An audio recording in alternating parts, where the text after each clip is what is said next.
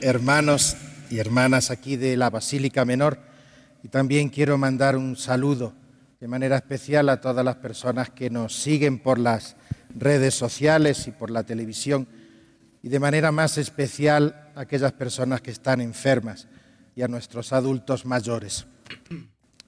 La liturgia de este sexto domingo del tiempo ordinario nos presenta una enseñanza que es fundamental sobre nuestra vida cristiana, la bienaventuranza de quienes confían en el Señor y la advertencia para aquellos que ponen su seguridad en el mundo y en los bienes materiales. Las lecturas nos invitan a realizar un examen interior sobre en qué o en quién estamos depositando nuestra confianza y qué camino estamos siguiendo en nuestra vida. Por eso en la primera lectura el profeta Jeremías expresa un mensaje de esperanza. Bendito el hombre que confía en el Señor. El cristiano que deposita su total confianza en Dios es feliz.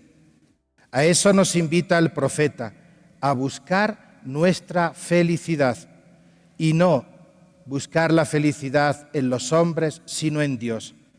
Podríamos decir, en Jesucristo está nuestra felicidad. Solo Él puede darnos fortaleza en los momentos difíciles que tenemos que vivir en la vida. Solo Él puede darnos alegría en la tristeza. Solo Él puede hacer de nuestra sociedad una sociedad más justa y fraterna, donde se vivan los valores del reino de los cielos, el amor, la paz, la libertad y la justicia. Bendito quien confía en el Señor y pone en el Señor su confianza. Será un árbol plantado junto al agua, que junto a la corriente echa raíces y no deja de dar fruto. San Pablo, en la segunda lectura, nos recuerda la esencia de nuestra fe, la resurrección de Jesucristo. Nuestra confianza en Dios no es solo para esta vida terrena, sino para la eternidad. Él ha vencido a la muerte y esto nos da una esperanza firme y segura. No estamos amenazados de muerte, estamos amenazados de resurrección, de vida eterna junto a Dios. Hemos de tener fe en Cristo resucitado. Hemos de tener confianza de que al final la vida triunfa, de que en el seno de la palabra de Dios se encuentra la voluntad de Dios, que no es otra que la felicidad del hombre. Por tanto te digo, vive y sé feliz. Finalmente, en el Evangelio de Lucas se nos dice que Jesús pasó toda la noche en oración. Qué importante es la oración en la vida del cristiano. Permítame recordar la oración de Santa Teresa de Jesús. Nada te turbe, nada te espante, todo se pasa. Dios no se muda, la paciencia todo lo alcanza. Quien a Dios tiene, nada le falta, solo Dios basta. Y Jesús elige a los 12 apóstoles y seguidamente proclama las bienaventuranzas, el mensaje más desafiante en el mundo de hoy, uno de los textos más impresionantes de la historia de la humanidad, por el que muchos han dado su vida y por el que otros han odiado al cristianismo y a Jesús de Nazaret. Felices los pobres, felices los que tienen hambre, felices los que lloran, felices los perseguidos. Pero ¿cómo puede ser esto una felicidad? La clave está en que Jesús no habla de una felicidad mundana, sino de la verdadera alegría del reino de Dios. Los pobres de espíritu son aquellos que dependen totalmente de Dios. Pero en el fondo se trata simplemente de describir dos ámbitos bien precisos: el de los desgraciados de este mundo y el de los bien situados en este mundo a costa de pisar y explotar a otros. Jesús piensa y vive desde el mundo de los pobres y piensa y vive desde ese mundo para liberarlos. El pobre es quien no tiene alimento, casa y libertad, y en el Antiguo Testamento es el que apela a Dios como su único defensor. Esa es una realidad social, pero a la vez es una realidad teológica. Es en el mundo de los pobres, de los que lloran, de los perseguidos por la justicia, donde Dios se revela. Y lógicamente, Dios no quiere ni puede revelarse en el mundo de los ricos, del poder y de la ignominia. El reino de Dios, que es anunciado por Jesús, es así, escandaloso. No dice que tenemos que ser pobres y debemos vivir su miseria eternamente. Quiere decir sencillamente que Dios está en el mundo de aquellos que los poderosos han maltratado, perseguido, calumniado y empobrecido. Las bienaventuranzas son el programa de vida del propio Jesús. Solo llevándolas él mismo a la práctica podía tener autoridad para proponer a sus discípulos un camino de seguimiento que recorra sus mismas opciones.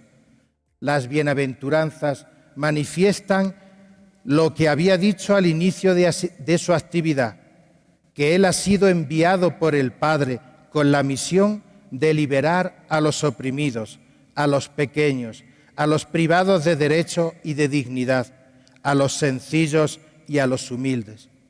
Les dice que Dios les ama de una forma única y especial.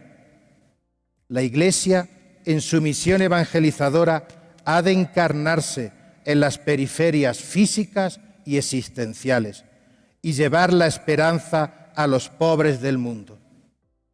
Entre nosotros existen mecanismos económicos, financieros y sociales ya denunciados por San Juan Pablo II, los cuales, haciendo más rígidas las situaciones de riqueza de los unos y de pobreza de los otros. Una vez más, estamos consolidando una sociedad tremendamente desigual e injusta.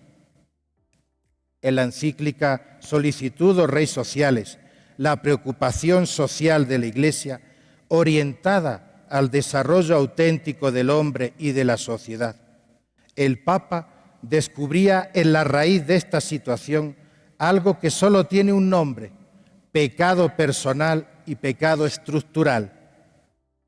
Ante la grave situación económica que vive nuestra patria Bolivia, podemos dar toda clase de explicaciones, pero cuando el resultado que se constata es el enriquecimiento siempre mayor de los ya ricos y el hundimiento de los más pobres, ahí se está consolidando la insolidaridad y la injusticia.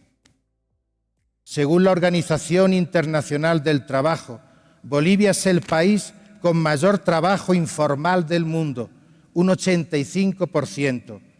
Según esta organización, ni 2 personas de cada 10 bolivianos tienen un empleo formal en Bolivia.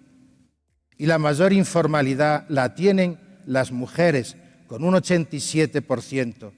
Es decir, 2 de cada 10 bolivianos no tienen un salario fijo y dependen del día a día.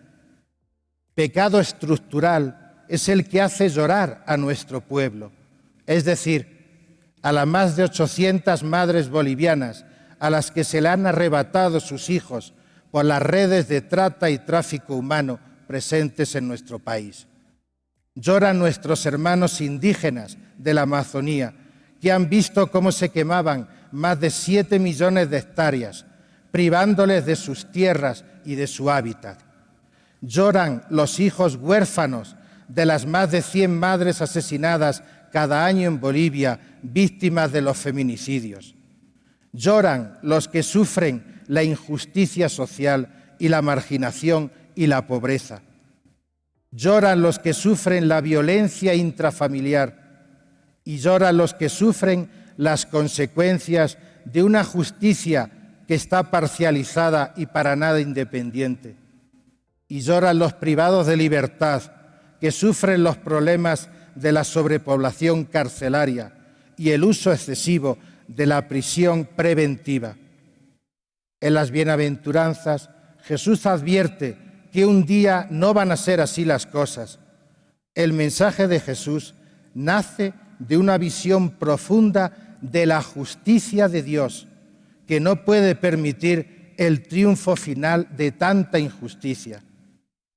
El mundo de las bienaventuranzas nos impulsa a confiar en un Dios que ha resucitado a Jesús de entre los muertos, y por eso mismo a cada uno de nosotros nos resucita cada día y nos resucitará a la vida eterna.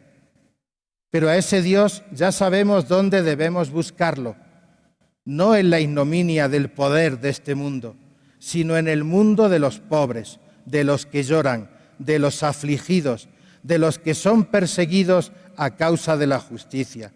Ahí es donde está el Dios de la vida, el Dios de la resurrección.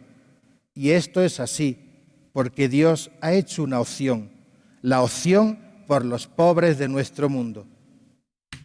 La palabra de Dios nos invita a revisar con sinceridad nuestro corazón y a decirle: Jesús, en ti confío, sabiendo que solo junto a Dios podemos encontrar la verdadera felicidad. Por eso, pido para cada uno de ustedes que el Señor les dé la gracia de vivir las bienaventuranzas y de ser testigos de su amor en medio del mundo. Amén.